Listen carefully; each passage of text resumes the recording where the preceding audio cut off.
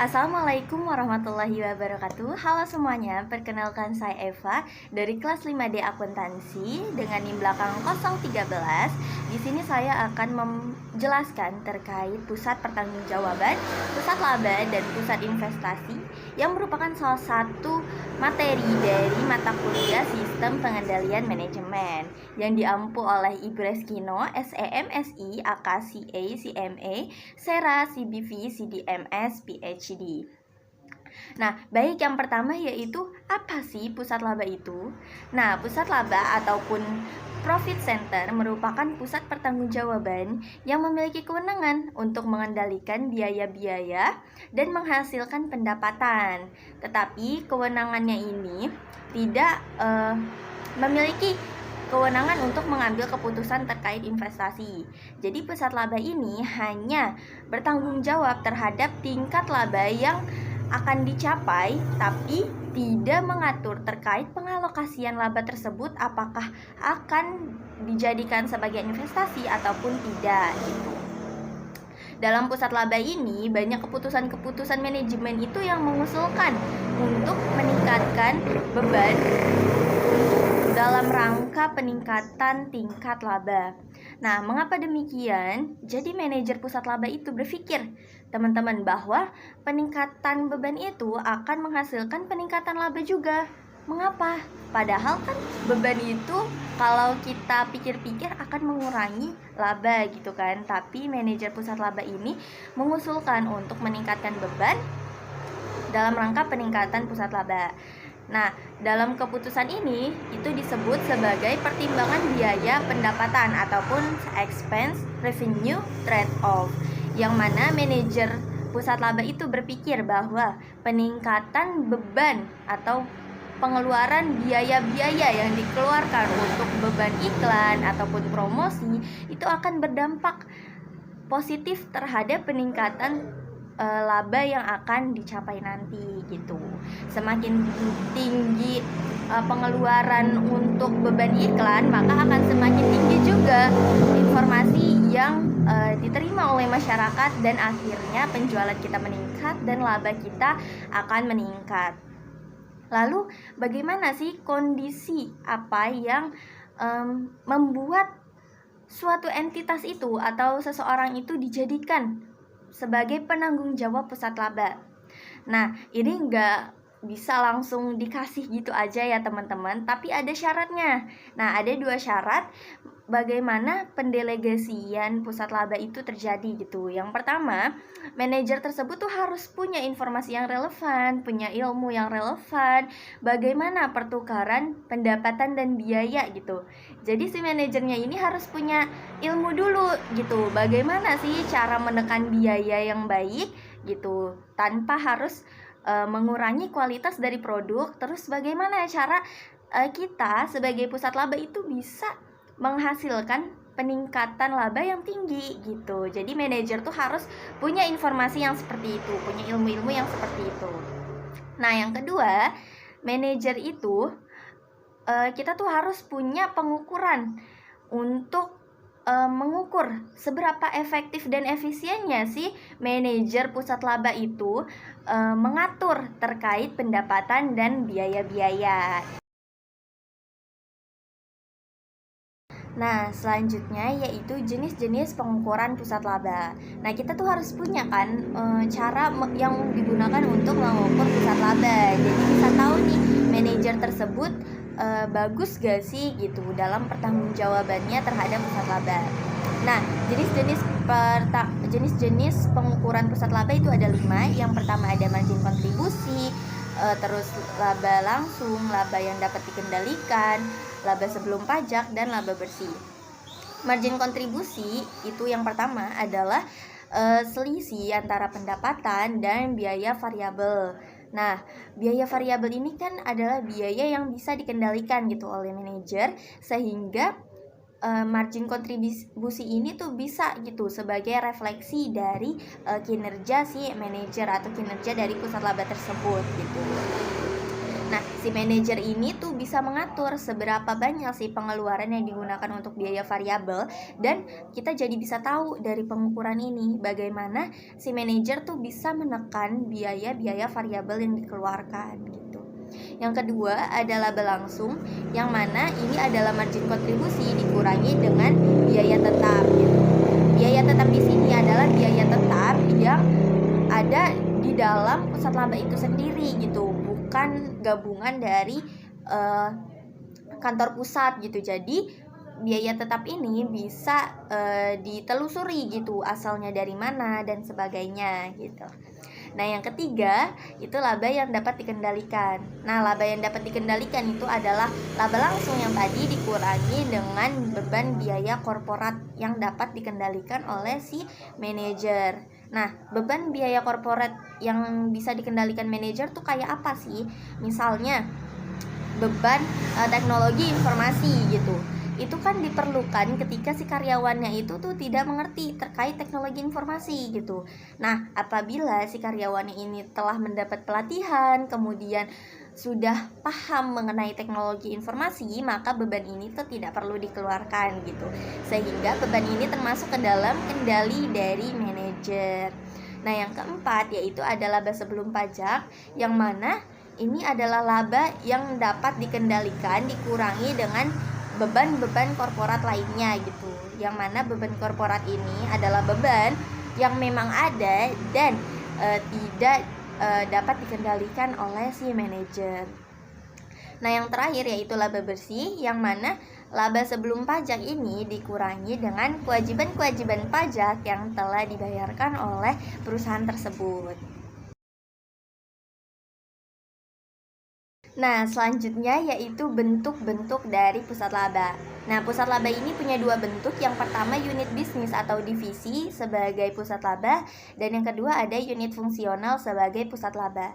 Nah, unit bisnis sebagai pusat laba ini adalah bagaimana divisi tersebut dijadikan sebagai pusat laba gitu. Jadi semua-muanya ada di situ gitu. Dari mulai pemasarannya. Jadi unit bisnis sebagai pusat laba ini adalah unit yang mengatur dari mulai produksi sampai pemasaran lainnya, itu diatur sama unit bisnis ini gitu. Dan unit bisnis ini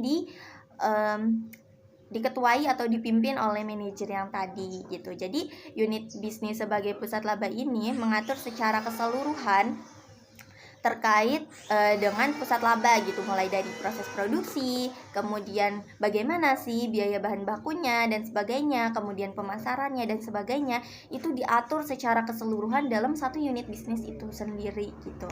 Nah, yang kedua unit fungsional sebagai pusat laba.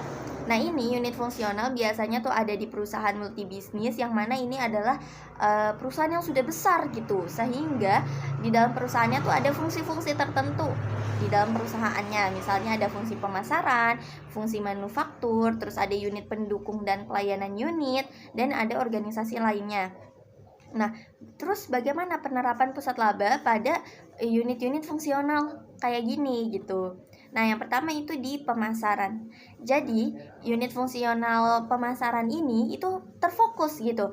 Terfokus pada pemasaran produknya saja gitu. Jadi, dia adalah pusat laba yang mengatur bagaimana sih kita tuh bisa memasarkan secara besar-besaran, terus informasinya diketahui semua orang dengan biaya yang minim gitu. Jadi fokus utamanya itu adalah bagaimana orang-orang tuh mengetahui produk itu ada dan kelebihan dari produk itu gitu. Yang kedua yaitu adalah fungsi manufaktur, yang mana fungsi manufaktur ini sering dikategorikan sebagai pusat beban, karena manufaktur ini kan memproduksi produk gitu ya. Jadi banyak beban-beban yang dikeluarkan dalam fungsi ini gitu, dari bahan baku, terus biaya yang lain-lainnya, biaya overhead gitu. Itu kan beban-beban semua gitu ya teman-teman. Nah, tapi manufaktur ini bagaimana sih si perusahaan tersebut bisa menekan biaya-biaya tersebut tetapi dengan kualitas yang baik gitu, berkualitas tinggi gitu. Jadi fokusnya kepada beban yang dikeluarkan saat produksi dan kualitas dari produk itu sendiri. Nah, yang ketiga yaitu unit pendukung dan pelayanan unit. Nah, contohnya si perusahaan itu kan pasti membutuhkan gitu ya bantuan-bantuan atau pelayanan-pelayanan dari organisasi lainnya, misalnya untuk pemeliharaan, terus atau IT, transportasi, teknik, konsultan dan sebagainya. Nah, untuk unit pendukung dan pelayanan unit ini itu berfokus kepada bagaimana sih si perusahaan tersebut bisa menggunakan jasa dari organisasi lainnya yang harganya tuh nggak terlalu mahal gitu, sehingga beban yang dikeluarkan tuh tidak terlalu tinggi, tetapi tetap bisa sesuai gitu dengan kebutuhan si perusahaan itu gitu. Nah, yang terakhir, organisasi lainnya. Misalnya si perusahaan tersebut adalah perusahaan yang telah memiliki cabang gitu. Misalnya yang pertama cabangnya tuh ada di Aceh, kemudian yang kedua tuh ada di Serang. Nah, tetapi kantor pusatnya tuh ada di Jakarta. Nah, maka si kantor cabang yang ada di Aceh dan yang ada di Serang ini secara otomatis menjadi pusat laba karena mereka adalah yang lebih tahu gitu terkait letak geografisnya, kemudian harga-harga yang harus dikeluarkan sesuai dengan letak mereka gitu, sesuai dengan daerah yang mereka tempati gitu. Nah, sehingga dalam operasionalnya mereka langsung jadi otomatis pusat laba, bukan dari kantor pusat yang mengatur segala macam gitu, enggak. Jadi mereka langsung otomatis menjadi pusat laba karena memang di daerahnya itu kan karakteristiknya tuh berbeda gitu dengan kantor pusat. Lalu apa sih kelebihan dan kekurangan dari pusat laba itu sendiri? Yang pertama kelebihannya. Nah, kelebihan pusat laba itu si kualitas keputusan manajerial tuh bisa meningkat karena keputusan itu diambil oleh manajer yang paling dekat dengan masalah atau situasi yang harus diputuskan gitu. Yang kedua, kecepatan pengambilan keputusan operasional tuh meningkat juga karena keputusan tuh tidak perlu melalui persetujuan dari kantor pusat. Nah, yang ketiga, manajer di kantor pusat itu bisa lebih fokus pada hal-hal strategis yang lebih besar gitu. Karena mereka tuh tidak terlibat dalam keputusan yang sifatnya tuh daily gitu, yang sehari-hari. Lalu apa kelemahan dari si pusat laba itu gitu? Yang pertama, pengambilan keputusan yang terdesentralisasi gitu, membuat manajemen puncak itu lebih bergantung pada laporan-laporan kontrol daripada pengetahuan langsung tentang operasi, sehingga mengurangi pengendalian gitu. Karena kan si kantor pusat itu hanya terima-terima laporan aja gitu kan. Nah, yang kedua, kualitas keputusan di unit-unit bisnis itu bisa aja menurun jika manajer kantor pusat tuh memiliki kemampuan dan informasi yang lebih baik gitu. Misalnya kantor pusat itu lebih baik pengetahuannya daripada pusat laba, tetapi karena kita menggunakan sistem pusat laba, maka kinerjanya bisa aja menurun dari yang punya kantor pusat gitu, karena ilmu-ilmunya tuh kan berbeda gitu kan tingkatannya. Jadi pusat laba tuh kinerjanya lebih rendah daripada sih kantor pusat gitu. Nah, itu yang kedua gitu dari kelemahannya. Nah, yang ketiga itu perselisihan yang terjadi bisa aja meningkat, terutama itu terkait masalah-masalah harga transfer, terus pembagian biaya umum atau pengakuan pendapatan yang dihasilkan bersama oleh beberapa unit bisnis gitu. Karena kan tiap daerah tuh beda-beda ya kebutuhannya, jadi harga transfer yang diberikan gitu oleh kantor pusat bisa aja membuat atau menimbulkan perselisihan gitu terhadap unit-unit bisnis pusat laba gitu. Selanjutnya yaitu ada kinerja pusat laba. Nah, kinerja pusat laba ini adalah cara untuk mengevaluasi seberapa efektifnya suatu unit atau divisi pusat laba dalam memperoleh keuntungan gitu. Nah, tapi kan pusat laba itu bertanggung jawab nggak hanya untuk menghasilkan pendapatan, tetapi juga untuk pengendalian biaya, sehingga dapat memberikan laba bersih kepada perusahaan gitu. Jadi kinerja pusat laba ini fungsinya mengevaluasi itu semua gitu. mengevaluasi bagaimana sih si pusat laba ini bisa menghasilkan laba bersih gitu, bukan hanya sekadar keuntungan saja. Nah, selanjutnya yaitu indikator-indikator kinerja pusat laba itu ada 8. Yang pertama, kinerja pusat laba itu dilihat dari pendapatannya, kemudian dari biaya operasionalnya, dari laba bersihnya, kemudian dari laba return on investment-nya gitu, dari ROI-nya, kemudian dari margin laba, dari pencapaian targetnya, apakah si pusat laba itu bisa gitu mencapai target gitu. Kalau misalnya dia mencapai target, berarti kinerja pusat laba tersebut bagus gitu. Nah, yang ketujuh yaitu pertumbuhan laba gitu. Apakah si pusat laba itu bisa menumbuhkan tingkat labanya, atau justru dari tahun ke tahun, bulan ke bulan malah tetap di tingkat yang sama gitu, malah stagnan. Nah, yang terakhir yaitu ada benchmarking, yang mana ini tuh membandingkan kinerja pusat laba dengan unit sejenis di industri yang sama atau perusahaan lain gitu. Jadi kita bandingkan nih pusat laba yang satu dengan pusat laba yang lainnya, apakah kita lebih unggul ataupun justru tidak gitu. Nah, kalau misalnya kita lebih unggul, berarti itu menunjukkan bahwa kinerja pusat laba itu tuh bagus, terus meningkat dan sebagainya. Kalau tadi kita udah bicara terkait pusat laba, selanjutnya ini ada pusat investasi.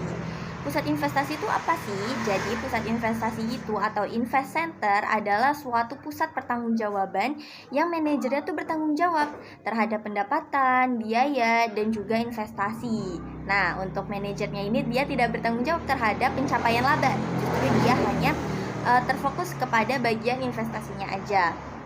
Yang mana setiap pusat investasi itu punya seorang manajer yang bertanggung jawab atas setiap unit kegiatan atau program-program yang terjadi di dalam sebuah divisi yang dipimpinnya gitu. Jadi ini sedikit berkebalikan dengan pusat laba yang tadi.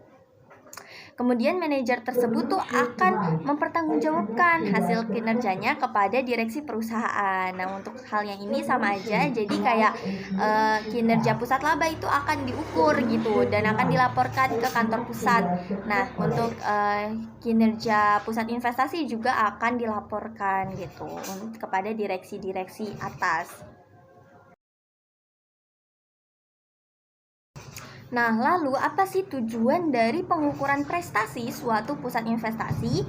Nah, yang pertama itu ada menyediakan informasi yang bermanfaat dalam pengambilan keputusan mengenai investasi yang digunakan oleh manajer divisi dan memotivasi mereka untuk melakukan keputusan yang tepat.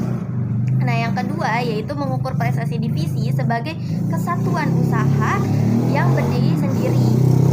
Nah, yang terakhir yaitu menyediakan alat perbandingan antara prestasi antar divisi untuk penentuan alokasi sumber ekonomi. Nah, dari informasi-informasi pusat investasi itu juga bisa digunakan untuk memotivasi manajer divisi dalam menghasilkan laba yang memadai dengan wewenang mengambil keputusan tentang sumber ekonomi dan fasilitas fisik yang digunakan. Yang kedua, mengambil keputusan untuk menambah investasi apabila investasi tersebut memberikan return yang memadai gitu. Jadi memberikan motivasi kepada manajer untuk mengambil lebih apabila investasi tersebut menghasilkan return yang tinggi. Nah, yang terakhir itu memotivasi manajer untuk mengambil keputusan untuk melepas atau mengurangi investasi yang tidak memberikan return yang memadai gitu. Jadi dari pengukuran prestasi tersebut akan mendorong motivasi manajer untuk melakukan ketiga hal tersebut. Nah, selain itu ada juga dua metode dalam mengukur prestasi pusat investasi. Yang pertama itu pusat investasi diukur prestasinya tuh dengan menghitung laba yang diperoleh dengan investasinya gitu, atau investment base. Nah, perhitungan ini tuh disebut dengan return on investment atau ROI. Dan yang kedua itu pengukuran prestasi dilakukan dengan menghitung economic value add atau EVA via EVA. Nah, yang sering disebut juga sebagai residual income. Selanjutnya yaitu bentuk pusat investasi. Nah, bentuk pusat investasi ini adalah kantor pusat perusahaan ataupun unit bisnis strategis ataupun divisi yang diberi wewenang ataupun kebijakan maksimum dalam menentukan keputusan operasional yang tidak hanya berjangka pendek, tetapi juga tingkat dan tipenya itu adalah investasi. Masalah yang sering kali timbul gitu pada pusat investasi adalah yang berkaitan dengan pengukuran dan tolak ukur prestasi pusat investasi. Nah, yang pertama ini, pada umumnya tujuan manajer unit usaha adalah memperoleh laba yang memuaskan gitu dari investasi yang ditanamkan. Nah, yang kedua, laba yang diperoleh berasal dari modal yang ditanam untuk memperoleh laba tersebut. Nah, yang ketiga, makin besar modal yang ditanam, belum tentu makin besar pula labanya gitu. Jadi itulah permasalahan-permasalahan yang seringkali timbul di dalam pusat investasi. Itu adalah materi terakhir terkait pusat laba dan pusat investasi. Sehingga berakhir pula penjelasan dari saya. Kurang lebihnya mohon maaf. Semoga teman-teman yang menonton ini semua bisa mengerti. Wassalamualaikum warahmatullahi wabarakatuh. Dadah.